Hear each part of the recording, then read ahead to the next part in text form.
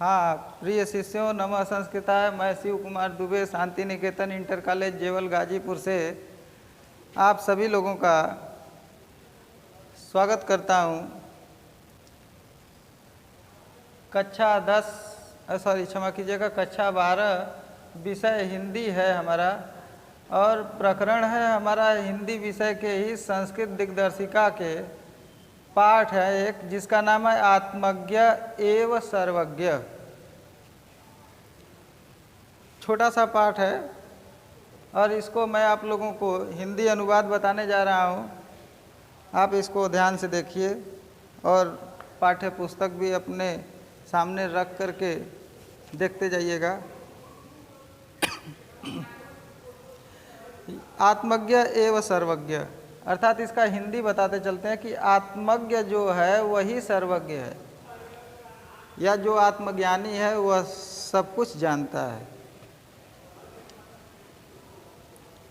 याज्ञवल्क्यो मैत्रेयीम उवाच, याज्ञवल्क्य ने मैत्रेयी से कहा। याज्ञवल्क्य ने मैत्रेयी से कहा, क्या कहा?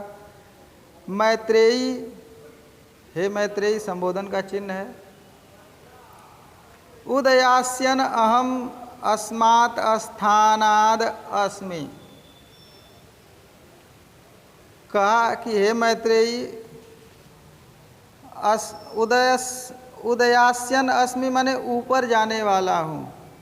ऊपर जाने वाले का तात्पर्य मतलब गृहस्थ आश्रम से ऊपर के आश्रम में जाने के लिए तैयार हूँ।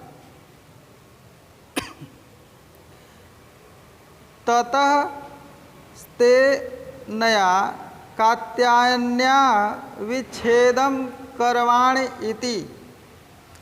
इसलिए ऊपर के आश्रम माने प्रवज्या संस्कार उसको कहते हैं, या गृहस्थ के बाद वानप्रस्थ आश्रम आता है। उसी वानप्रस्थ आश्रम की चर्चा करते हुए ये कहते हैं कि मैं ऊपर के आश्रम में जाना चाहता हूँ, इसलिए मैं जो है कात्यायनी नामक अपनी दूसरी पत्नी से तुम्हारा संपत्ति का बंटवारा कर दूं, यानी जितनी मेरे पास संपत्ति है उसका मैं तुम्हारे और कात्यायनी के बीच में बंटवारा कर दूं। इति माने ऐसा। मैत्रेयी उवाच, मैत्रेयी ने कहा,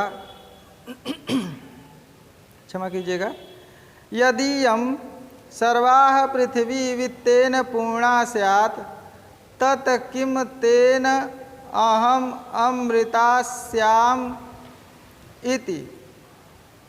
कहती है मैत्रेयी कि यदि सभी पृथ्वी धन संपत्ति से भर जाए और वो मुझे मिल जाए तो क्या मैं उससे अमरता को प्राप्त कर लूँगी? तो याज्ञवल्क्य उवाच, याज्ञवल्क्य ने कहा, नेति माने नहीं। अगले पैराग्राफ में यथैवोपकरणवतां जीवनम तथैव ते जीवनम स्यात्। तो कहते हैं कि जैसा धनवान या साधन संपन्न व्यक्तियों का जीवन होता है वैसा ही तुम्हारा भी जीवन होगा। अमृतत्वस्य तु नास्तीति वित्तेन इति। अमरता तो या अमरता की तो आशा ही नहीं की जा सकती धन से, या धन संपत्ति से अमरता की आशा भी नहीं की जा सकती।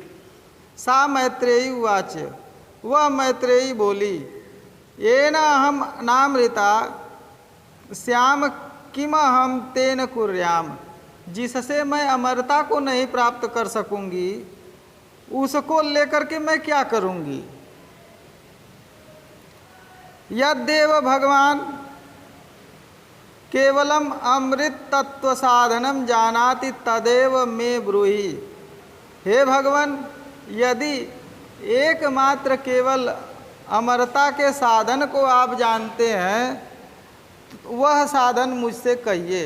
याज्ञवल्क्य उवाच, याज्ञवल्क्य ने कहा, प्रिया न सती त्वं प्रियम भाससे, हे प्रियतमा, या हमारी प्रिया होने के कारण तुम प्रिय बोलती हो।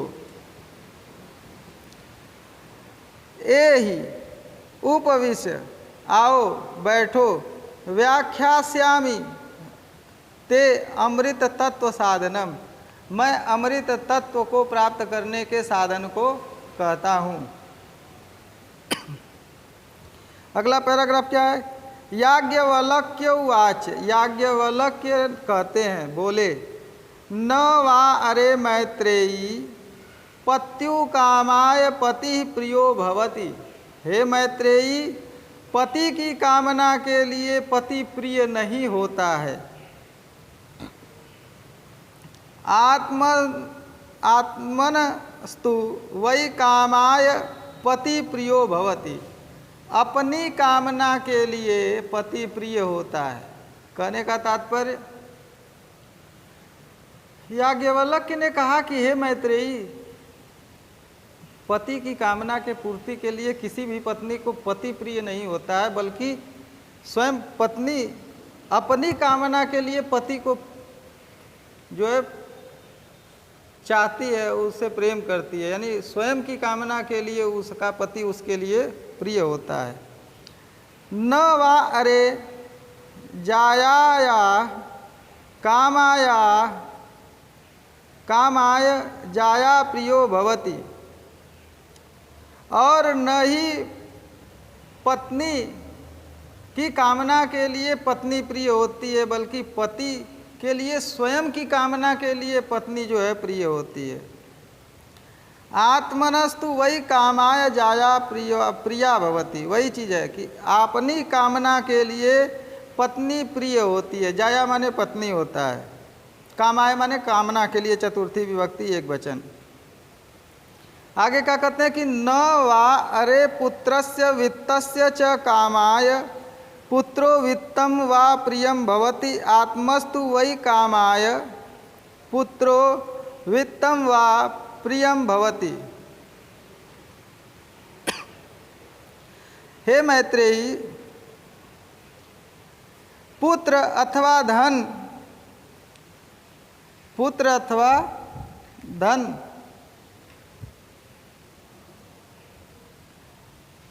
पुत्र और धन की कामना के लिए माता पिता को पुत्र और धन प्राप्त नहीं होते। अपनी कामना के लिए पुत्र और धन प्रिय होता है। अर्थात कहने का तात्पर्य कि माता पिता को धन और पुत्र, धन के लिए और पुत्र के लिए नहीं प्रिय होता है, अपने लिए प्रिय होता है। वही चीज आगे लिखते हैं कि आत्मनस्तु वै कामाय पुत्रो प्रियम वित्तम वा प्रियम भवति। धन अथवा पुत्र अपनी कामना के लिए प्रिय होता है, न कि धन धन की कामना के लिए प्रिय होता है, और पुत्र पुत्र की कामना के लिए प्रिय होता है। स्वयं की कामना के लिए, स्वयं के कामना के लिए प्रिय होता है। अर्थात तुलसीदास जी ने बड़ा सुंदर लिखा है कि स्वार्थ लाग करें सब प्रीति, सुर नर मुनि जन की यह रीति। यानी जहाँ स्वार्थ है वहाँ प्रीति है। वही चीज़ याज्ञवल्क्य भी कहते हैं कि स्वयं की कामना के लिए कोई दूसरा प्रिय होता है, दूसरे के लिए दूसरा नहीं प्रिय होता है। आगे क्या कहते हैं, न वा अरे सर्वस्य कामाय प्रियम भवति, आत्मनस्तु वै कामाय सर्वम प्रियम भवति। सभी की कामना के लिए सब नहीं प्रिय होता है, बल्कि अपनी कामना के लिए सब कोई प्रिय होता है। आगे लिखते हैं कि तस्माद आत्मा व अरे मैत्रेयी। एकदम अंतिम में कहते हैं, इसलिए हे मैत्रेयी सुनो, द्रष्टव्य दर्शनार्थम श्रोतव्यम मंतव्य निधिध्यासित व्यश्च आत्मानः खलु दर्शनेन इदम सर्वम विदितम भवति। कहते हैं कि इसलिए हे मैत्रेयी, आत्मा को ही देखने के योग्य है, सुनने के योग्य है, और मनन करने के योग्य है और ध्यान करने के योग्य है। करने का तात्पर्य कि मैत्रेयी से कहते हैं कि हे मैत्रेयी, आत्मा ही देखने योग्य, सुनने योग्य, मनन करने योग्य और ध्यान करने योग्य है। आत्मान खलु दर्शनेन, आत्मा के दर्शन से निश्चय ही इदम सर्वम, यह सब यानी जो भी है चराचर में, विदितम भवति, ज्ञात हो जाता है। यानी जो अपनी आत्मा को जान लेता है वो सब कुछ जान लेता है। इसीलिए इस पाठ का नाम ही रखा गया है आत्मज्ञ। ज्ञ मने ज्ञान, आत्म मने आत्मा का, एव मने ही, सर्वज्ञ मने सर्वज्ञ होता है।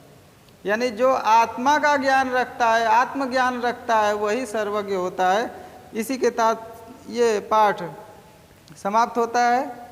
यह पाठ उपनिषद से लिया गया है। तब तक के लिए धन्यवाद। नमः संस्कृताय। फिर मिलेंगे अगले वीडियो में।